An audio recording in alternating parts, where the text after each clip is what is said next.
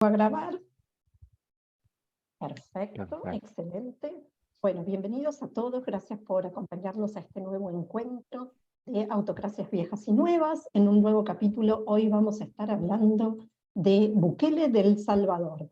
Para ello me acompaña Luis Eduardo Ayala, maestro Luis Eduardo Ayala, que es abogado y máster en ciencia política. Nosotros acá generalmente decimos magíster o directamente así máster, no decimos maestro, pero yo sé que ustedes están acostumbrados a usar lo de maestro.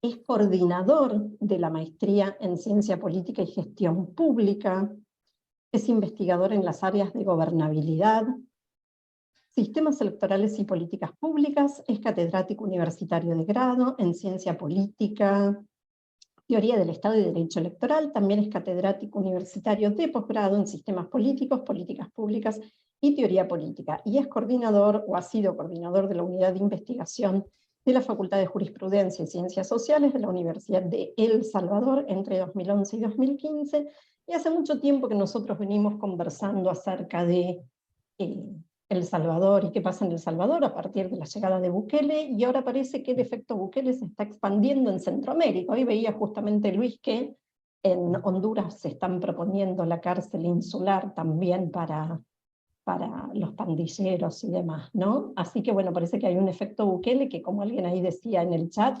estamos entre esas, ¿no? En esa tensión, ¿es un héroe o es un tirano Bukele? Así que, Luis, gracias por acompañarnos, te escuchamos atentamente. Muchas gracias, Constanza. Sean bienvenidos, bienvenidas a esta charla. Espero que la información que compartamos, que las ideas que podamos colocar sobre la mesa ayuden a comprender un poco mejor la situación actual de nuestro país, El Salvador, que ha cambiado mucho, en muchos sentidos, en los últimos años. Y es un reto enorme dibujar en alrededor de, qué sé yo, 45 minutos, una realidad de la cual estoy consciente que en América Latina cada vez más está como más al tanto.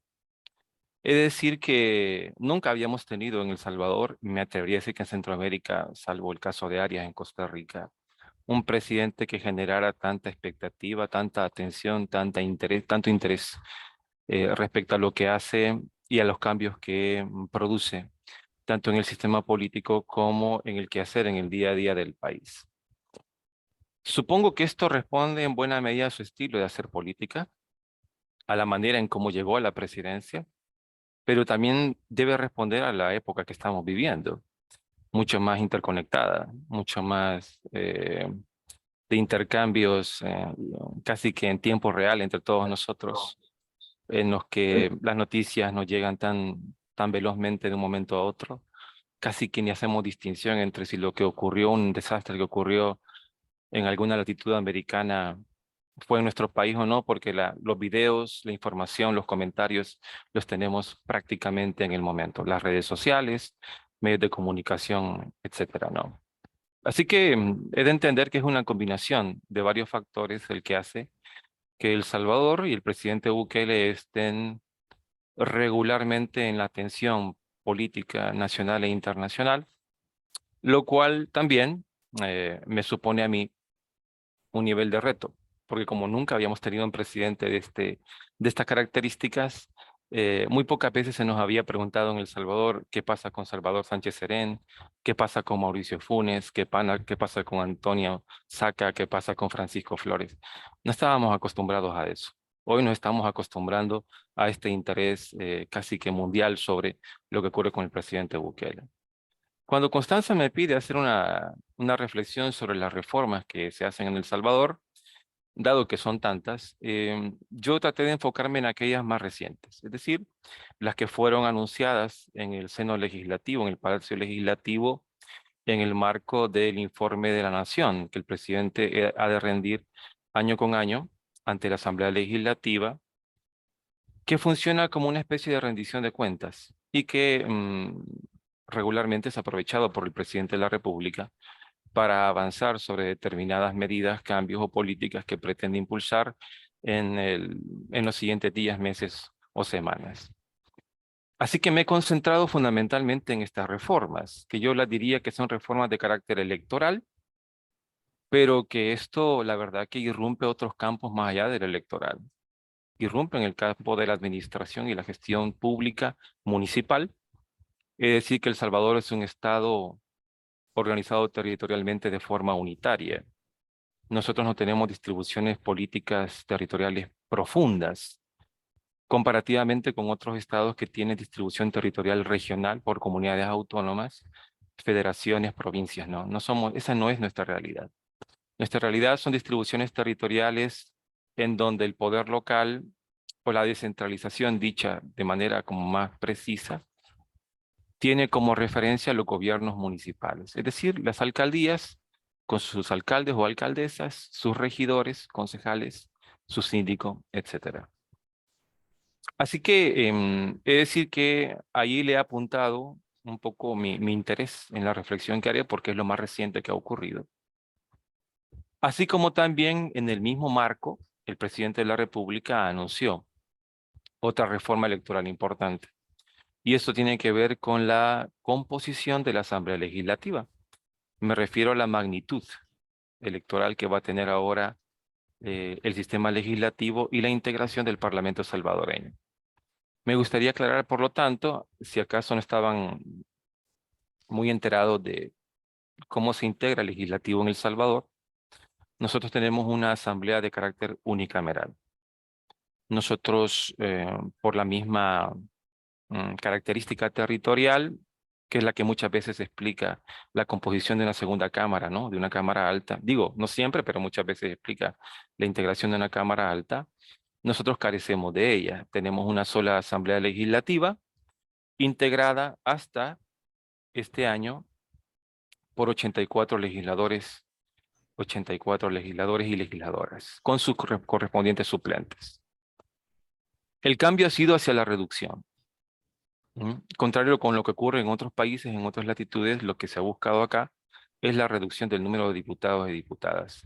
Y pasará de ser de 84 a 60. Ese es el otro cambio importante en materia electoral que ha proyectado el presidente y que como dato adicional he de decirlo, saben que nuestro legislativo en El Salvador, desde la firma de los acuerdos de paz, dado que nosotros pasamos por una guerra civil, en los años 80, la cual concluyó con la firma de los acuerdos de paz entre las partes involucradas en el conflicto. Esto fue el 16 de enero de 1992. Se estableció a partir de ello un nuevo sistema político.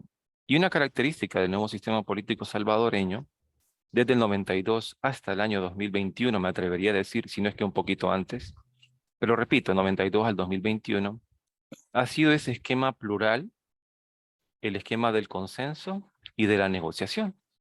Porque precisamente lo que intentó revertir los acuerdos de paz, con la intermediación, por cierto, de varios países amigos, entre ellos México, Venezuela, Estados Unidos, y la misma Organización de Naciones Unidas, la OEA también, fue cerrar un conflicto marcado por la que yo llamaría intolerancia típica de Guerra Fría entre movimientos que eran muy de derecha y movimientos que eran muy de izquierda, ¿no? Eso explica por qué en El Salvador y en otros países de América Latina, que creo que la historia en eso sí que nos unifica y mucho, hemos tenido movimientos revolucionarios, beligerantes, clandestinos, que en El Salvador se expresó con la unificación de distintos movimientos, primero que intentaron por la vía electoral acceder al poder.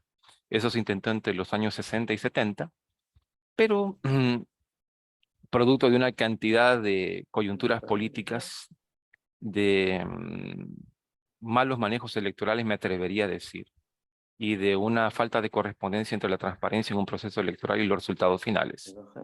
En un marco de dictaduras militares, en un marco de, nosotros le llamamos dictaduras militares de partido, porque El Salvador ha tenido dos tipos de dictaduras militares.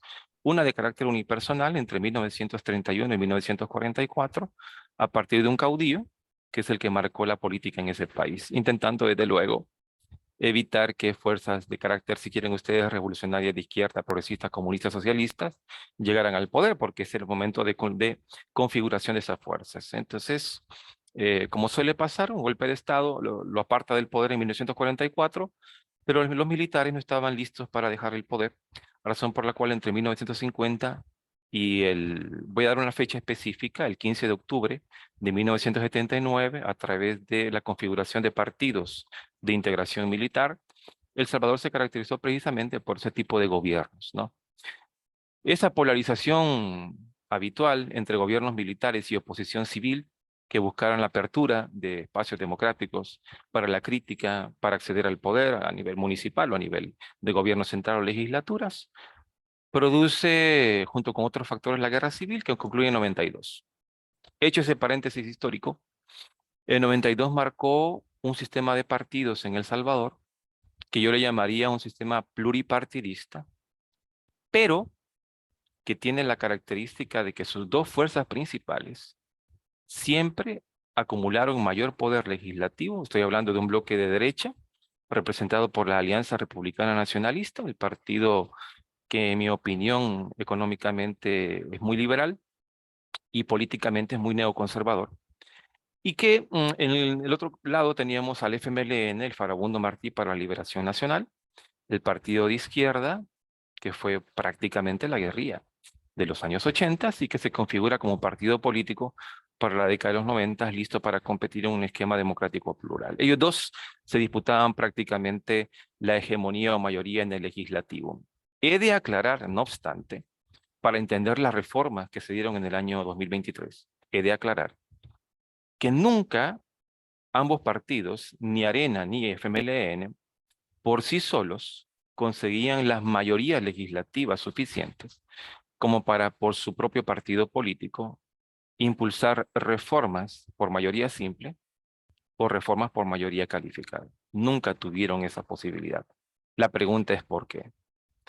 La respuesta inmediata, la respuesta a priori es por cómo votaba el electorado. Sí, eso puede explicar en parte la respuesta. Pero la otra explicación viene precisamente por el sistema electoral que nosotros teníamos. Un sistema electoral que en lo legislativo priorizaba la proporcionalidad. ¿Cómo priorizaba la proporcionalidad? Bueno, no solo por la fórmula electoral que utilizábamos. La fórmula electoral que utilizábamos es una fórmula de cocientes y ¿Qué es eso? residuos. ¿Qué significa eso? Que con una fórmula de cocientes y No residuos, la entiendo eso. fórmula HAR y cocientes y residuos mayores, los partidos medianos, los partidos de poco alcance electoral, lograban un nivel de representación, precisamente por los residuos en cada una de las circunscripciones electorales. Eso, sumado a la forma de votar del electorado salvadoreño, siempre configuraba en la legislatura salvadoreña alrededor de 5 partidos efectivos o 4 partidos efectivos. 2 de ellos muy fuertes, pero necesitando una tercera y cuarta fuerza política para configurar mayorías simples y mayorías calificadas. A mí en lo particular no se me ocurre un sistema electoral más adecuado para la filosofía del sistema político que se intentó instaurar en el 92 en adelante. Dado que lo que se buscaba era instalar con éxito una narrativa en la cual lo importante era respetarnos independientemente cuál fuera nuestra visión política, nuestra ideología, nuestro pasado. Lo importante es que cada uno tuviera una representación proporcional, justa, en el Congreso. Para de esa manera el diálogo social se viera reflejado en el recinto legislativo. Desde luego que esta composición proporcional, piensen ustedes 84 diputados distribuidos en 14 circunscripciones, que son nuestros 14 departamentos, daba una configuración en donde poco a poco, ante los, hay que decir, los malos resultados de la gestión pública salvadoreña en distintas áreas, en distintos momentos, post acuerdos de paz, comenzaban a colocar en discusión si realmente este era nuestro sistema de partidos y nuestro sistema electoral que necesitábamos. ¿Qué se comienza a cuestionar? Que, por ejemplo, los legisladores que ingresaban por esas pocas cantidades de votos comparativamente con los cocientes, ¿verdad? Los diputados por residuos, las diputadas por residuos, realmente eran diputados que se habían ganado el derecho de estar en el Congreso. No se miraba entonces, ya se comenzaba a cuestionar el pluralismo y se comenzaba a pensar si efectivamente no era mejor No, tener un sistema de representación en donde el que ganara un curul fuera efectivamente un ganador de circunscripción, casi que pensando en fórmulas más mayoritarias que proporcionales. Pero bueno, esa discusión se desarrolló a lo largo de los 90, en la primera década del siglo XXI y en la segunda también.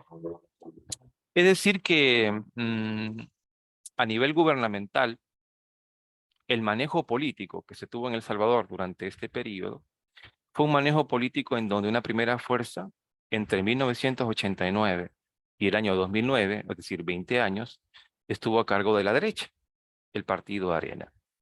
Y encontraron formas que surgían casi que naturalmente de hacer alianzas en la asamblea, ya sea previo o posterior a las elecciones, a efecto que partidos como Conciliación Nacional, la Democracia Cristiana, hicieran una especie de alianza que se reflejaba en las votaciones y para eso conseguir las mayorías simples. ¿Qué te ganaba o qué te daba las mayorías simples en la asamblea? Muchas cosas, el día a día, las reformas electorales, las reformas en materia sanitaria, las políticas de seguridad, te lo daba prácticamente todo. Claro, para poder generar una aprobación de presupuesto con sus correspondientes créditos internacionales, ahí sí que necesitabas un consenso mayoritario con la fuerza opositoria, que por cierto es la fuerza más polarizada con la que te encontrabas. De hecho, quiero contarles que El Salvador fue de los países centroamericanos más polarizados en la década de los 90 y en la primera década del siglo XXI. 4 presidentes y varias legislaturas terminaron por cambiar el panorama político en el año 2009. Porque en el año 2009 termina, digamos, el ciclo de los gobiernos de derecha en El Salvador y comienza el ciclo del gobierno de izquierda, a partir de la alianza entre el FMLN y uno de los entonces periodistas de mayor reputación, de mayor credibilidad en el país, de nombre Mauricio Funes, presidente de El Salvador entre el 2009 y el 2014. La expectativa fue, créanme lo que les digo, enorme, porque se entendía que con el cambio de gobierno íbamos a generar un salto de calidad, primero porque se demostraba que El Salvador estaba listo para la alternancia presidencial. Y es que había un halo de sospechas, El Salvador iba a tener la madurez política para ceder el poder de la derecha a la izquierda, estando tan polarizados, sin mayores sobresaltos. Y efectivamente ocurrió. Lastimosamente, decir que los resultados en la gestión pública en distintas materias no acompañaron las expectativas que se habían generado en el primer lustro, 2009-2014, ni en el segundo, 2014-2019, en el cual el presidente de El Salvador fue precisamente el vicepresidente de Mauricio Funes, el comandante de las fuerzas revolucionarias, Salvador Sánchez Serén. Era evidente que El Salvador estaba pasando por una fase decadente de este modelo de gestión pública. Ya no eran palabras tan tolerables decir vamos a hacer un consenso, vamos a desarrollar una negociación, porque se habían convertido casi que en palabras políticamente incorrectas, porque negociación implicaba acuerdo bajo la mesa, implicaba corrupción, implicaba el tema de beneficiar estrictamente a las élites partidarias fundamentalmente, que eran las que se repartían el resto del botín de funcionarios públicos. ¿Cómo funciona en El Salvador la elección de funcionarios públicos de alto nivel, pero que no son por votación popular? La Corte Suprema la elige la Asamblea Legislativa. Me refiero a los 15 magistrados que la integran. Y esto es, sí, a propuesta de una votación del Colegio de Abogados y uno del Consejo Nacional de la Judicatura, pero al final quien elige es la Asamblea Legislativa. Y muchas veces se irrespetó el orden en el que iban apoyados muchos candidatos en detrimento, más bien en favor de las alianzas que podían generarse partidariamente beneficiando a ciertas figuras de abogados que eran más afines a partidos políticos con alto poder en la Asamblea Legislativa. ¿Qué otra institución dependía de la elección legislativa y depende de la elección legislativa? El fiscal general de la República, el responsable de velar por la legalidad en el país y por conducir la acción penal en el país. En El Salvador tenemos un sistema penal que casi que de forma monopólica lo desarrolla la Fiscalía General de la República. Está claro que tener ese puesto era muy importante. Se lo reservaban los partidos políticos con niveles de lealtad muy claros, era muy identificado. ¿Qué otra institución importante? La Corte de Cuentas de la República, también metida en ese esquema de repartos. Si tenemos que sumar a esto los malos resultados en materia de seguridad pública, El Salvador durante la segunda década del siglo XXI se convirtió en uno de los países del mundo, y creo que por momentos en el país del mundo, con peores registros de seguridad, es decir, con más altos niveles de delincuencia, de homicidios y de lesiones, con unos galopantes niveles de extorsión, que era básicamente el modus vivendi de lo que se convirtió a lo largo de las décadas en el enemigo número uno del país. Se llaman maras o pandillas.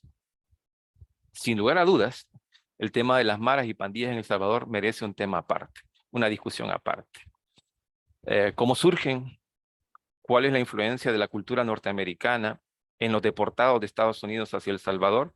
Dado que El Salvador es un país que lo que más exporta son migrantes, lastimosamente ilegales la gran mayoría de ellos.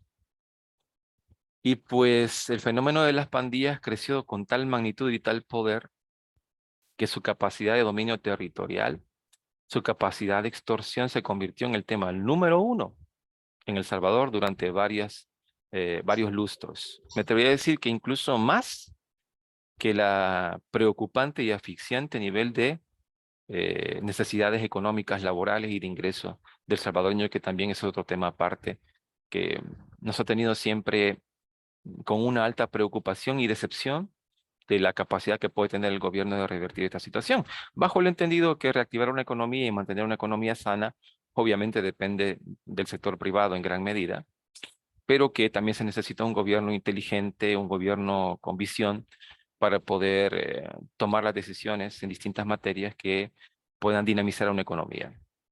No sé si lo sabían, pero El Salvador es un país dolarizado. Lo somos desde el año 2001, lo cual significa que a nivel de manejo monetario tenemos poco margen y dependemos fundamentalmente de lo que sea en Estados Unidos. De hecho, la economía de El Salvador no se puede explicar si no es por la alta cantidad de remesas que vienen de Estados Unidos, que es el ingreso que aportan ciudadanos que hay salvadoreños en Estados Unidos y que lo envían a sus familias a efecto de apoyarles, porque el tema del desempleo y el tema de poder cubrir las necesidades básicas en El Salvador, pues pasan fundamentalmente por ahí. Dicho esto, llega el momento del cambio político, año 2019. Es decir que para nosotros los académicos, la mayoría de nosotros con una vocación democrática, es un poco difícil reconocer que el presidente de la República, cuya vocación democrática es muy cuestionada, no lo digo yo, está en los indicadores internacionales de democracia. Uno revisa lo que dice The Economist, lo que dice BDEM, lo que dice Latino Barómetro, lo que dice Freedom House y un largo etcétera. Y el denominador común es que estamos cayendo en calidad democrática. Eso es así. Curiosamente, nos lo preguntamos en El Salvador, eso no hace mella en la población salvadoreña. Es decir, eso no es un tema que le preocupe a la población salvadoreña. La pregunta es ¿por qué? Aquí les comparto algunas hipótesis que yo sostengo desde hace un par de años que me hacen preliminarmente contestarme esa pregunta. Si al salvadoreño le preguntan qué es la democracia, qué es la transparencia, qué es el acceso a la información, qué es la rendición de cuentas, qué es el consenso, qué es el diálogo, en lo que piensa es en el periodo de gobierno de Arena y del FMLN, porque esos fueron los discursos recurrentes en Arena y en el FMLN. Ese fue el paradigma. Definitivamente nunca estuvimos a la altura de los grandes indicadores de calidad democrática, pero lo que vimos de democracia es eso. El ejercicio de compartir el poder, de alternar, el ejercicio de transparencia, lo vimos con estos partidos políticos. Si usted le agrega a esto no solo el tema de seguridad, sino que se dan episodios de corrupción, debo decir que varios de los expresidentes de El Salvador están actualmente o procesados, o cuando iban a ser procesados fallecieron, o están en Nicaragua autoexiliados, o como lo dice el presidente de la República, quizá el único que quedaba sin señalar desde la firma de los acuerdos de paz, el expresidente Cristiani, en el anuncio que da el presidente Bukele recientemente, en junio, en la Asamblea Legislativa, además de anunciar que va a hacer reformas municipales, reformas legislativas electorales, da un tercer anuncio, que es la guerra contra la corrupción. ¿En qué consiste ese anuncio? Nos dice, nosotros estamos ganando la guerra contra las maras. ¿Por qué? Porque efectivamente, desde que el presidente Bukele asume la presidencia, los indicadores de homicidio, de lesiones, de extorsiones descienden. Eso está registrado. Se cuestiona que estos indicadores no tienen un correlato fuera del oficialismo, ¿verdad? Y que la información no fluye con la suficiente transparencia como para poder contrastar los datos. Tengo que decir esto. Una de las cosas que más se le cuestiona, sobre todo puertas adentro al presidente, es el nivel de discrecionalidad con que maneja el tema de reserva de información en varios temas. Esto se vio en principio justificado en el marco de la pandemia, en donde determinadas restricciones fueron comunes, no solo en El Salvador, prácticamente en todas las partes del mundo. Las restricciones sobre el tema de información y el manejo de fondos públicos en El Salvador fue especialmente marcado en varias materias. Eso quiere decir que, pues miren, el tema de corrupción, viéndolo hacia atrás, fue básicamente la bandera que terminó por liquidar el sistema de partidos que teníamos previamente. Pero si quisiéramos aplicar la misma medición, el mismo rigor, hoy en día se hace difícil, porque el contexto de acceso a la información está más limitado de lo que estaba en años recientes.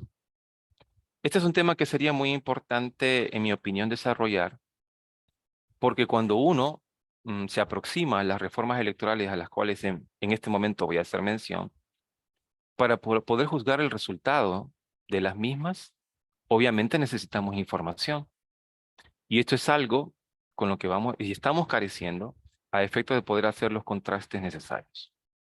Paso entonces a mencionar, había mencionado el tema de la inseguridad, el problema económico, el tema de la corrupción, pero ¿saben qué pasa? Hay otro episodio que se convierte en una especie de bandera que difícilmente se quitan los partidos anteriores, y es el pacto o acuerdo que tenían con los grupos criminales del país. De hecho, se ventiló que durante una época del presidente Funes, con el propósito de reducir homicidios y presentarlo como un éxito gubernamental, se viabilizó un acuerdo o pacto entre pandillas, las dos más importantes del país, la Mara 18 o Pandilla 18 y la Mara Salvatrucha. Efectivamente, también en ese breve momento, se me escapa ahora la fecha, pero sin temor a equivocarme, tiene que estar en el periodo entre el 2013 y el 2015 ese momento. A propósito de ese pacto, la pregunta que se hacía los medios de comunicación, periodistas, académicos, puertas adentro era, ¿pero qué se ha negociado para reducir los homicidios? Y en la medida que va fluyendo la información, se va haciendo evidente que las prerrogativas a favor de los grupos criminales habían sido excesivas y además nebulosas. Y eso genera una opinión pública muy negativa a partir de esta iniciativa. No quiero dejar de comentar que en ese pacto entre pandillas, en donde el gobierno del presidente Funes reitera que solo la viabilizó, que no intervino, intervinieron incluso funcionarios de la Organización de Estados Americanos, de OEA, para supervisar y para poder visionar qué estaba ocurriendo en ese proceso. O sea, tuvo un nivel de repercusión importante. Y cuando se va ventilando en las cárceles habían prerrogativas excesivas para líderes de pandillas, entre ellas, por ejemplo, segmentar una pandilla en una cárcel, otra pandilla en otra cárcel, el tema de que se le ingresaba dinero, es decir, comunicación para viabilizar el tema de extorsión, ese esquema se vino abajo y dejó muy manchada la reputación de los dos partidos políticos. Si ustedes suman todas estas variables, la hecatombe se acercaba. Hay dos antecedentes inmediatos que ya avisaban que este sistema de partidos estaba haciendo agua. El primero es que en el periodo 2009-2018 ingresan magistrados a la Sala Constitucional que desde la Sala Constitucional, desde el Tribunal Constitucional, impulsan una cantidad de reformas en el sistema político y electoral del país que ponen en jaque al sistema de partidos. Número uno, habilitan las candidaturas independientes para legisladores. Y eso no gustó en absoluto a los partidos políticos en El Salvador, pero sí ganó mucha simpatía en la población. De tal suerte que de la noche a la mañana los magistrados de la Sala Constitucional se convirtieron en una especie de héroes nacionales. Además de eso, viabilizaron un sistema de elección en donde uno puede observar el rostro de los candidatos, ¿verdad? Y puede votar no solo, como decimos estrictamente en materia electoral, en lista cerrada desbloqueada, sino que también se puede votar en lista abierta con voto combinado, el voto cruzado que ahora conocemos, ¿no? Eso fue bien recibido por la población. El segundo aspecto que también comenzó a generar síntomas del agotamiento de este modelo es que precisamente estos candidatos no partidarios, que no fueron muchos, al menos se dieron la impresión de que podían servir en la Asamblea Legislativa como una especie de portavoces de lo que estaba ocurriendo puertas adentro y ventilando todo lo que estaba ocurriendo puertas adentro. Esto prepara las condiciones para que se dé un nuevo sistema de partidos. ¿En qué consiste el nuevo sistema de partidos? El nuevo sistema de partidos depende fundamentalmente de un líder político. Un líder político cuya carrera la hizo precisamente en el FMLN, el presidente Nayib Bukele. Él fue alcalde por dos municipios. 2012-2015 fue alcalde por Nuevo Cuscatlán, un municipio sin mayor significancia política para ese momento, pero que él lo llevó a nivel de publicidad, obras interesantes, a estar en la discusión pública. Y luego, porque es una persona muy hábil comunicacionalmente, yo diría que es el mejor en redes sociales, se posicionó tan bien que se convirtió en el candidato número 1 para ser alcalde de la capital del país, San Salvador, cosa que consiguió en el periodo 2015-2018. En ese proceso, el candidato entonces, el alcalde entonces, Nayib Bukele, observa que hay condiciones para poder impulsar su candidatura para ser presidente de la República. Claro, estamos hablando de ser miembro de un partido político caracterizado por una alta disciplina partidaria, un partido que viene de las formaciones guerrilleras, en donde la disciplina es lo número uno, ¿no? Pero él entiende que las figuras paradigmáticas del partido están en decadencia y que es su momento, y que por lo tanto tiene que dar el salto. Se encuentra con diferencias con la cúpula del partido, las cuales se hacen cada vez más públicas y evidentes. De tal suerte que en un incidente que se da en el Palacio Municipal, en una reunión, tiene una discusión con una de las miembros del Consejo Municipal del partido FMLN, ante lo cual el partido, porque fue una discusión bastante agria y entiendo yo que incluso con insultos de por medio, esto no estoy muy claro. Pero lo que hace el partido político FMLN en un movimiento, en mi opinión, muy equivocado, es iniciar un proceso de expulsión del partido, del entonces alcalde Nayib Bukele. Lo expulsa del partido y ante la opinión pública ratifica que el presidente Bukele es muy diferente al resto de partidos políticos en El Salvador. Bandera con la cual él se posiciona y genera un movimiento, no partido político, un movimiento con la capacidad de convocatoria nunca antes visto, en donde a través solamente de redes sociales, específicamente a través de la herramienta de Facebook Live, convoca en sus Facebook Live a una cantidad importante de internautas. Su mensaje es previsible. Hay que romper con esta estructura, hay que generar una nueva forma de hacer política, hay que terminar con la corrupción, hay que terminar con este sistema. Dicho y hecho, se candidatea. Yo particularmente he de decir que era un poco escéptico de lo que podía conseguir el presidente Bukele, más allá de su popularidad, porque en El Salvador desde siempre hemos tenido la idea que sin una estructura partidaria sólida, fuerte e histórica, difícilmente puedes tener éxito político. Bueno, él cambió esa tesitura, la cambió, la rompió. Y sin una estructura partidaria sólida ganó la presidencia. He de decirles que su partido no estuvo a tiempo para competir en las elecciones presidenciales de 2019. Tuvo que hacerlo con otro partido político de baja convocatoria. Lo que hace el Tribunal Supremo Electoral es cancelar ese partido político, Cambio Democrático, porque en elecciones anteriores no había alcanzado el umbral mínimo de elección y correspondía cancelarlo. Se pasa a otro partido político. Total, él sabía que independientemente el partido con el cual corriera, iba a ganar. Yo no lo sabía, muchos no lo sabíamos, él sí. Y lo hizo. 2019 se da el golpe de timón. Y con ese golpe de timón, el presidente Bukele asume la presidencia. Aclaro una cosa.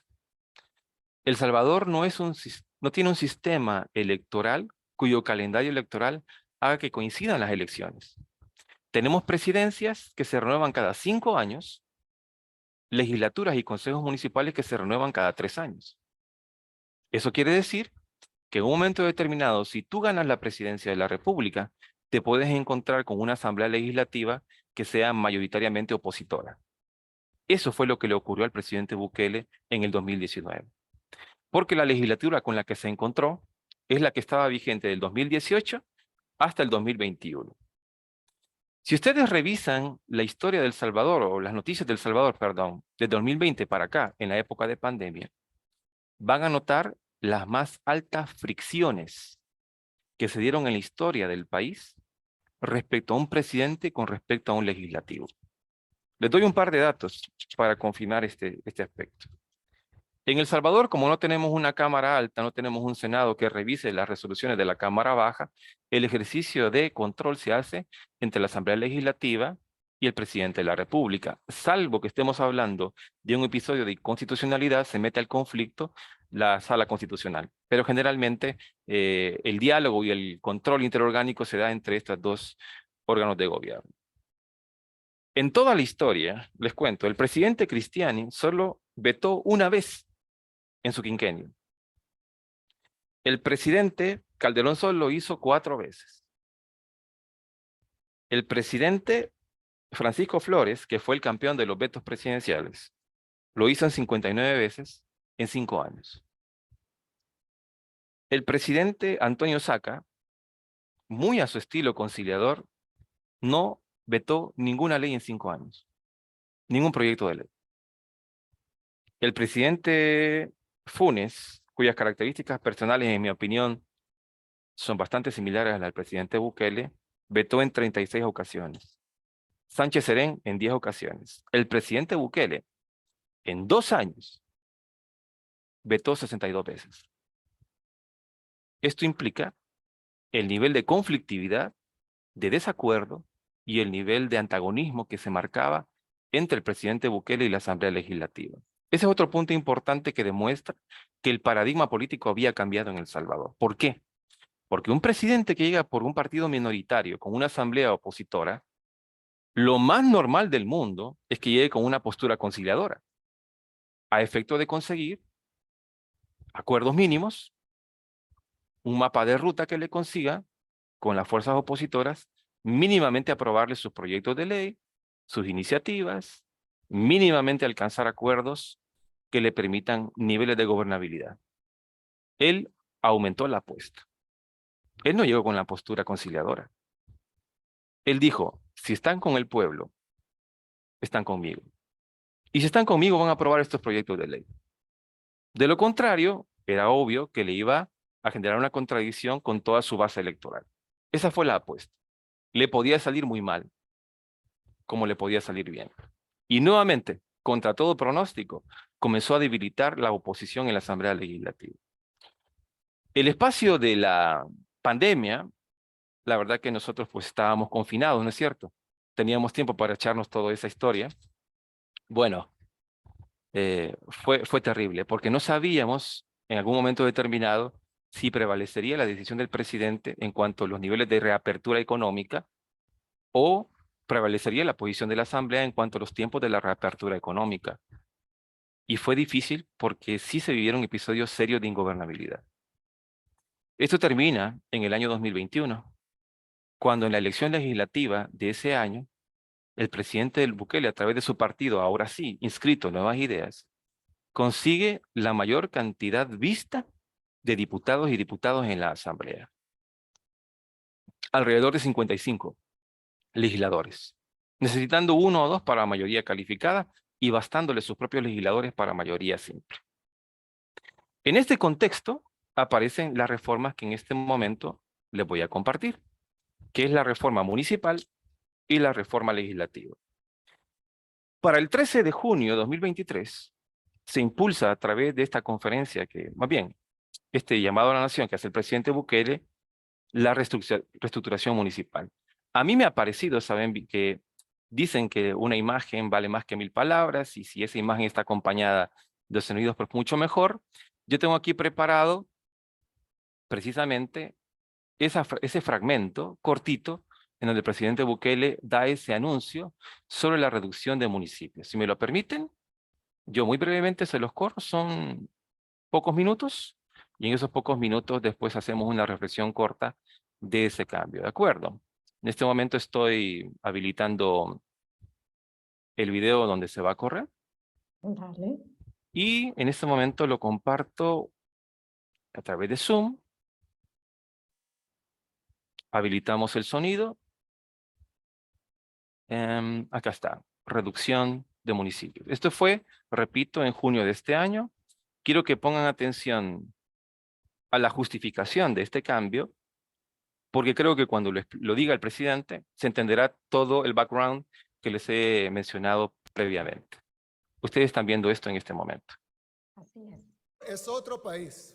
Todavía no estamos donde queremos en muchas áreas que también son importantes.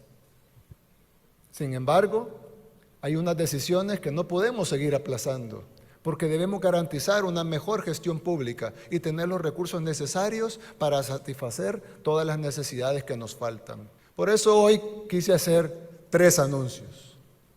El primero, la propuesta para reorganizar la división político-administrativa de El Salvador.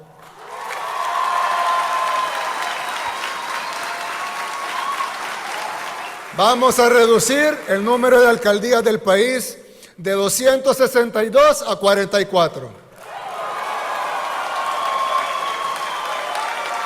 Los municipios actuales se convertirán en distritos, que a su vez integrarán estas nuevas 44 alcaldías.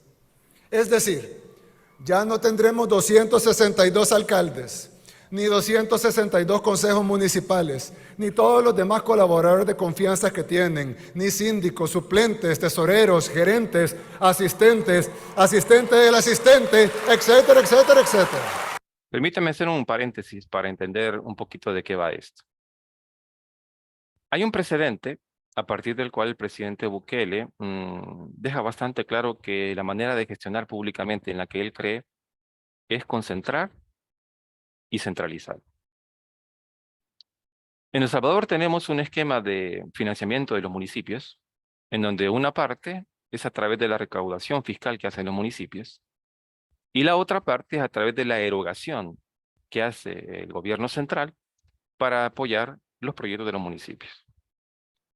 En épocas recientes, lo que hizo el presidente fue crear una división central de obras municipales, DOM, y a partir de esa división central, muchos de los proyectos que se harían en cada uno de los municipios los haría el gobierno central, bajo el argumento que sería más efectivo, más eficiente y evitaría la corrupción. ¿Qué significa eso? Que los consejos municipales, los gobiernos municipales, tienen menos margen de maniobra, tienen menos recursos para poder actuar, y las expectativas siguen siendo las mismas. Razón por la cual, si falla el proyecto, a quien se culpa es al municipio, porque no llegan las obras. Si sale bien y se ve que en las calles se está haciendo una puente, una calle, se está remozando un parque, lo que aparece ahí, quien está trabajando, es el gobierno de la República. Ese es el primer antecedente. Este es el segundo ya. Reducción de 262 municipios a 44. Miren, si me lo preguntan, es verdad. 262 municipios para 20,000 y pico de kilómetros cuadrados, sí, definitivamente que suena excesivo y probablemente lo sea. Pero nuestra ley y nuestra constitución establece que para hacer ese cambio es preferible que la iniciativa venga de los consejos municipales, respetando la autonomía municipal, con una consulta, con un estudio previo. Aquí, como se ha hecho costumbre, es al revés. Viene a nivel central y se toma la decisión. De hecho, en una semana o 2 semanas, esto estaba resuelto. La Asamblea se lo aprobó, como aprobó y aprueba la mayoría de iniciativas que vienen del presidente. Y noten una segunda cosa, con esto cierro este paréntesis. El principal argumento es la cantidad de dinero que se va a ahorrar con todos estos funcionarios y todo el personal que le acompaña para darle viabilidad, ¿no? Claro, va a salvaguardar algunos puestos de trabajo en los distritos, precisamente, para no generar un repudio generalizado. Va a respetar la identidad del municipio o distrito, pero va por ahí un poco la idea, al menos en mi lectura va por ahí. ¿Cómo es posible que en un país tan pequeño, de apenas 21.000 kilómetros cuadrados, tengamos 262 municipios? Pero quiero dejar claro algunos puntos. Con la reducción de alcaldías y municipios, no van a desaparecer las identidades de los municipios. Esas van a continuar convertidas en distritos.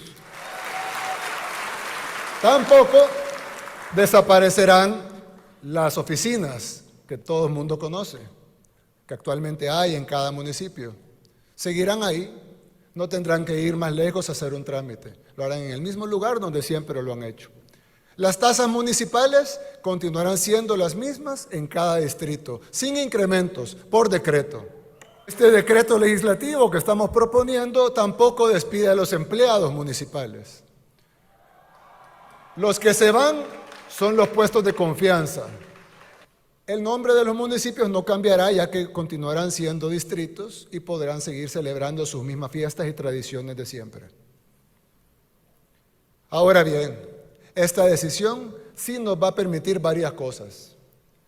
Reducir la carga presupuestaria que implica mantener 262 alcaldes con sus concejales, suplentes, síndicos, secretarios, asesores, tesoreros, directores, gerentes jurídicos, jefes de prensa, financieros, etc.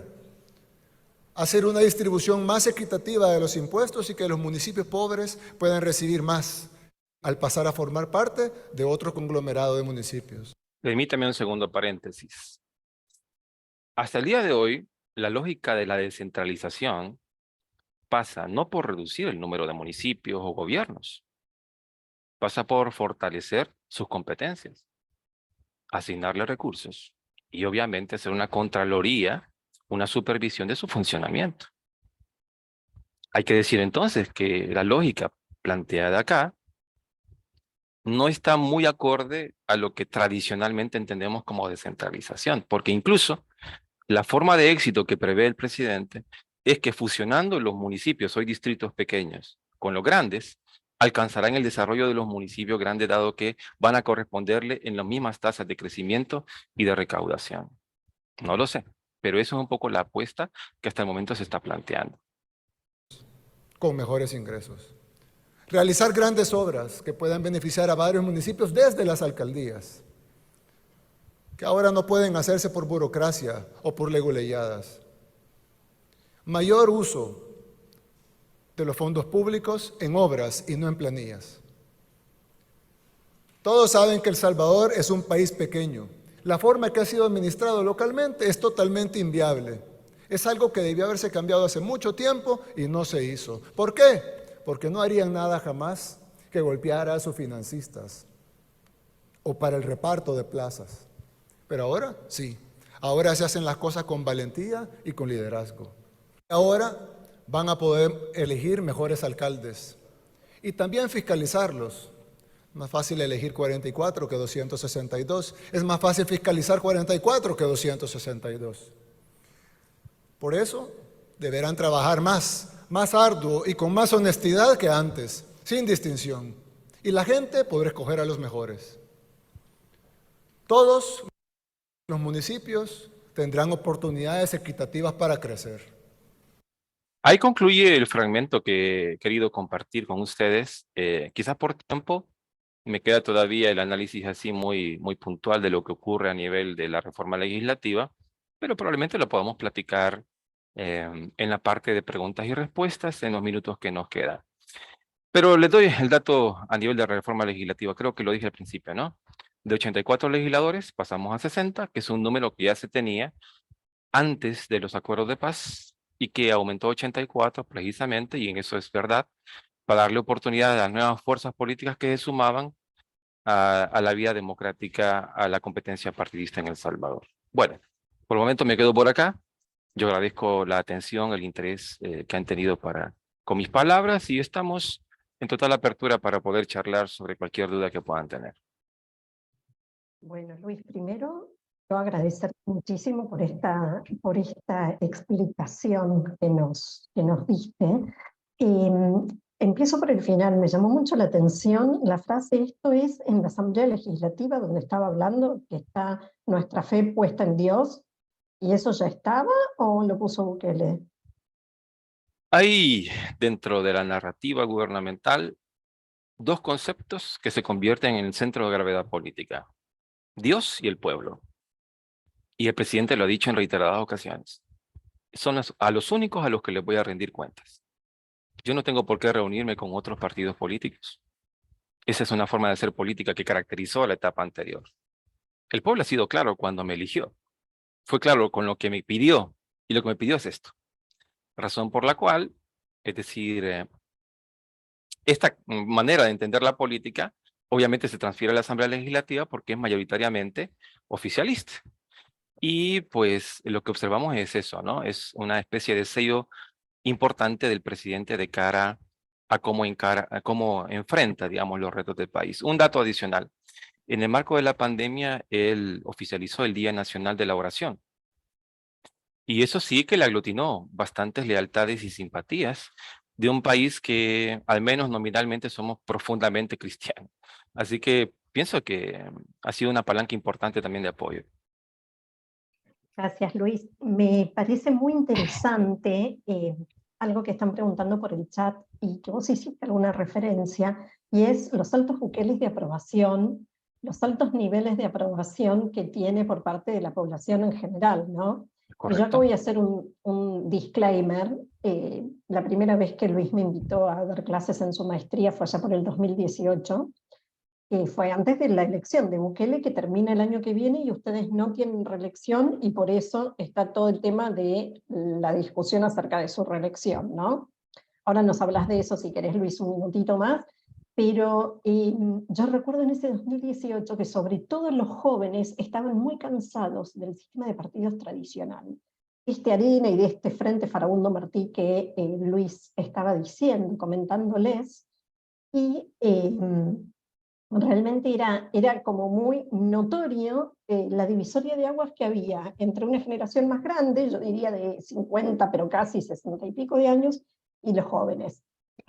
Las otras veces que Luis me has invitado ya fue en el tiempo de Bukele, y la última vez que estuve con vos fue en febrero de este año, y es notorio el nivel de apoyo que tiene Bukele en, ¿cómo lo puedo decir?, la gente común, desde el que maneja un taxi, un remis, el que trabaja en cualquier lado, ¿no? Esto de yo ahora puedo llegar a mi casa, no tengo que pagarle peajes a las maras, mis hijos pueden salir, pueden volver, todo esto, ¿no? No digo ni que esté bien ni que esté mal, pero es una foto también de la realidad y del cambio, evidentemente, en una población que también, tengo que decirlo, Luis, ha sido históricamente muy golpeada. Ustedes Así también es. tuvieron una guerra civil y son de los últimos en llegar, ¿no? Y de transitar No. hacia la democracia. Hay muchas preguntas por el chat, pero no sé si nos va a dar el tiempo, pero sí me gustaría... el porcentaje de aprobación creo que estaba en una de las últimas encuestas que se hizo. No me acuerdo si era la del Democracy Index, de Videm o de Latino Barómetro, Luis, pero estaba prácticamente en el 90%, que era el presidente más popular de América Latina. Es correcto. Y sus medidas, por muy radicales que suenen, da la sensación que son muy aprobadas. Yo no tengo el número exacto para decirles 85 o 92, pero les puedo decir que, contrario a lo que uno hubiera esperado después de más de 20 años de intentar profundizar el concepto de Estado de Derecho, derechos fundamentales, garantías constitucionales, la población ve el régimen de excepción como una muy buena medida. ¿Por qué? Porque lo inmediato que observan en su entorno son policías, soldados, cuando lo que antes miraban eran jóvenes corriendo en sus pasajes con el temor que en la noche llegaran a exigirles lo que se conocía como la renta, que es una especie de extorsión. Casas particulares, negocios, autobuses, ¿no? ¿Cuál es el problema con el régimen de excepción, que también ha sido identificado por organismos de derecho, tanto de El Salvador como internacionales? Que es la violación de derechos fundamentales en algunos de los procedimientos policiales, y que tiene en las cárceles a gente que no debería tenerlo. Porque con el régimen de excepción se coloca precisamente en suspenso o excepción algunas garantías constitucionales y se prorrogan los términos de detención de las personas. De verdad que es dramático verlo. A mí me tocó por circunstancias muy incidentales. Cómo las familias se aglutinan en torno a los centros penales y a los centros donde llevan a la gente que van a liberar. Es dramático lo que se observa ahí. Y hay un factor clave que siempre me gusta destacar en estas discusiones, y te lo dije la otra vez, Constanza, y es el poder de las redes sociales respecto a las decisiones que tiene el gobierno. Porque si una detención que es sospechosa de no ser, digamos, correcta o legal, trasciende en las redes sociales, y esa noticia tiene un impacto que se viraliza en el país, y la gente pregunta por qué los han detenido, qué han hecho, al día siguiente están libres. No es un tema de un abogado hábil o lo que se demostró. Esa es la presión de las redes sociales de acuerdo a lo que está pasando en El Salvador. Yo le llamo a la fuente de poder. Porque en la medida que ese nivel de respaldo se siga manteniendo, se van a mantener medidas excepcionales y medidas ordinarias, y medidas excepcionales que se convierten en ordinarias. Respecto a tu otra consulta, el tema generacional, es evidente. Los partidos tradicionales no supieron leer el cambio político. No lo supieron leer. Cuando colocaban nuevos líderes en posiciones de renovación, eran básicamente con su misma visión, con su mismo discurso y con sus mismos problemas en la cabeza. Entonces, eran rostros nuevos con discursos de siempre. Y en la medida que esto ocurre, era como el caldo de cultivo para que una figura disruptiva supiera leer el momento, la coyuntura política, colocara la polarización que siempre había caracterizado esa migración electoral en dos polos y dijera, ¿saben qué? Dejemos de engañarnos. Esos dos polos se han beneficiado mutuamente. Son parte de una misma élite. Los que han estado dentro y el pueblo siempre ha estado fuera. Siempre ha estado fuera de sus intereses, siempre ha estado fuera de sus decisiones. Razón por la cual no perdamos el tiempo en la izquierda y la derecha. Esos son conceptos que deben quedar ya para la historia de nuestro país. Hoy son los que están con el pueblo y los que están contra el pueblo.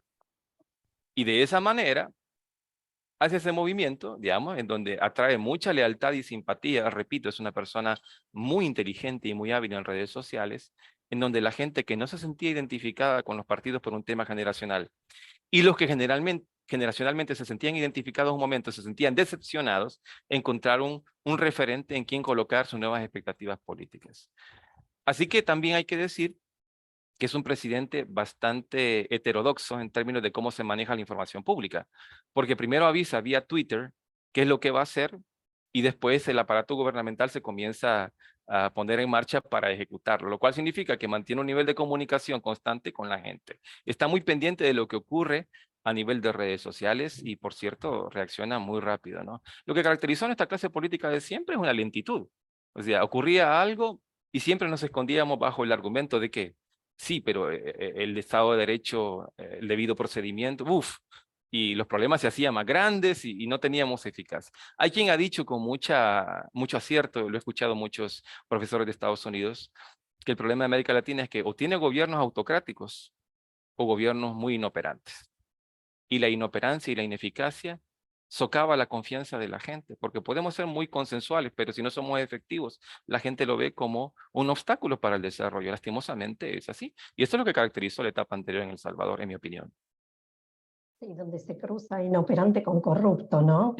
Y la corrupción es el denominador común de cualquier. Claro, Eso tal sí. cual. Luis, Sí. la última, ¿qué pasa con el tema de la reelección? Porque ustedes no tienen reelección, o sea... No, mira, de hecho, si ustedes buscan en internet, en YouTube particularmente, hay una entrevista del presidente Bukele que le hacen esa pregunta hace algún tiempo. No sé si fue 2015 o 2016. Te voy a contestar exactamente lo que dijo el presidente Bukele en ese momento. En El Salvador no se puede dar la reelección presidencial inmediata. Está prohibida por Constitución, no solo por el texto, sino por el espíritu de la Constitución. Cuando uno integra los artículos de la misma, se da cuenta que lo que no se puede es mantenerse un día más en la presidencia una vez que terminas tu periodo constitucional. Por lo tanto, lo dijo el presidente Bukele hace algunos años, no se podía. ¿Qué sucede? que en una interpretación que hace la Sala Constitucional, que por cierto fue integrada a partir del 1 de mayo del año 2021, en la primera sesión de la Asamblea Legislativa, donde cambia la Corte Constitucional, coloca nuevos magistrados afines a la posición oficial, reinterpretan este principio y en palabras cortas dicen que sí es posible la reelección presidencial. Hacen su interpretación, que yo no comparto, por cierto, y dicen que sí se puede. ¿Qué te puedo decir popularmente lo que significó eso? Es decir, así como vieron en la Asamblea Legislativa una celebración cada vez que el presidente anunciaba alguna novedad, así ocurrió con el tema de la reelección. O sea, si lo pones en mesas de votación y le das para adelante a ese proceso, el presidente va a ser reelecto el próximo año. De eso yo no tengo ninguna duda. Pero va a quedar sobre la mesa una estela de ilegitimidad de esa decisión. Pero repito, en El Salvador el Estado de Derecho y muchas de las formalidades legales que son importantes para proteger un Estado de Derecho han quedado en un segundo plano y ahora se reinterpretan las cosas de manera, si quieren ustedes, diferente. Qué bárbaro, Luis, cuántas cosas para seguir conversando y seguir preguntándote, pero nosotros tenemos que cerrar acá y agradecerte el tiempo que has estado compartiendo con nosotros. Yo por el chat compartí el artículo que vos escribiste para la revista de Demomlab, que es un artículo corto, y de paso invitar a quienes nos están escuchando, que la mayoría son también estudiantes o ya tienen sus maestrías o están en proceso de doctorado, si quieren escribir para la revista de Demomlab, que son artículos cortos, no de tipo periodístico, sino de tipo análisis, como el que hizo Luis, de unas 2 o 3 páginas, también son artículos más largos que un artículo periodístico. Fíjense que en la página de la revista de Demomlab tienen los requisitos y demás para poder compartir su análisis sobre los distintos temas que recorren nuestra América Latina. Luis, qué interesante lo de Bukele. En nuestro próximo encuentro hacemos un segundo encuentro sobre Venezuela, pero te vamos a invitar a vos a un segundo encuentro sobre Bukele. Estará perfecto. Quisiera aclarar una última cosa, Constanza, y tú lo hiciste ver en tu comentario previo. Mi opinión y mi análisis dista mucho de lo que la mayoría de salvadoreños y salvadoreñas consideran, ¿verdad? En realidad ellos ponen su atención en otros aspectos. La seguridad es uno, que ha sido el mayor éxito del presidente Bukele. El tema del COVID ha sido otro, porque El Salvador ha gestionado de manera bastante efectiva en términos de un programa de vacunación en el tema de la población. Además, el tema de haber colocado contra la pared y haber liquidado el sistema de partidos previo, le ha generado al presidente un nivel de respaldo mayoritario que lo considero como su mayor fuerte de capital político. Así que nosotros, los académicos que también nos preocupa el tema de democracia y Estado de Derecho, ustedes entenderán, estamos como ahí en un grupito un poco más limitado, si quieren, más corto, de personas que tenemos una opinión sobre el gobierno. Afortunadamente, pues, yo creo que esta es la lógica, es mi opinión, ¿no? Esta es la lógica que un académico, un científico debe seguir, porque al fin y al cabo hay que ver las cosas positivas que pasan en un país. No sé si he sido lo suficientemente justo y objetivo para retratar las cosas positivas que pasan, pero también hay que destacar las cosas que no, en nuestra opinión, no están funcionando bien. De eso se trata lo que nosotros hacemos al fin y al cabo, ¿de acuerdo? Exactamente, eso, como vos decís, eso es lo que nosotros hacemos, ¿no? Como prender ese sistema de alertas cuando vemos que se avanza sobre las instituciones democráticas. Y queda para otra charla, Luis, si todo este manoseo del sistema electoral es un gerrymandering a la Bukele, y como vos sos especialista en temas electorales, pero lo dejo para nuestro próximo encuentro que ya agendaremos cuando nos podrás acompañar seguramente durante el mes de agosto. Gracias, Luis, gracias a todos. Has tenido récord de audiencia, Luis. Este tema está evidentemente increíble. Gracias a todos ustedes, gracias. Has roto todos los récords de participación en el día de la fecha y de asistencia, porque en general tenemos mucha inscripción, pero después no se conectan, y hoy no paraba de entrar gente para escuchar. Así que muchísimas gracias, Luis, gracias a todos, nos vemos en el próximo encuentro. Creo que algo como 21 de agosto, segunda parte de Venezuela con Felipe Benítez, y después haremos una segunda parte con Luis. Muchas gracias, un abrazo para todos. Bueno, muy bien, gracias a todos, chao, chao, saludos. Muy lindo.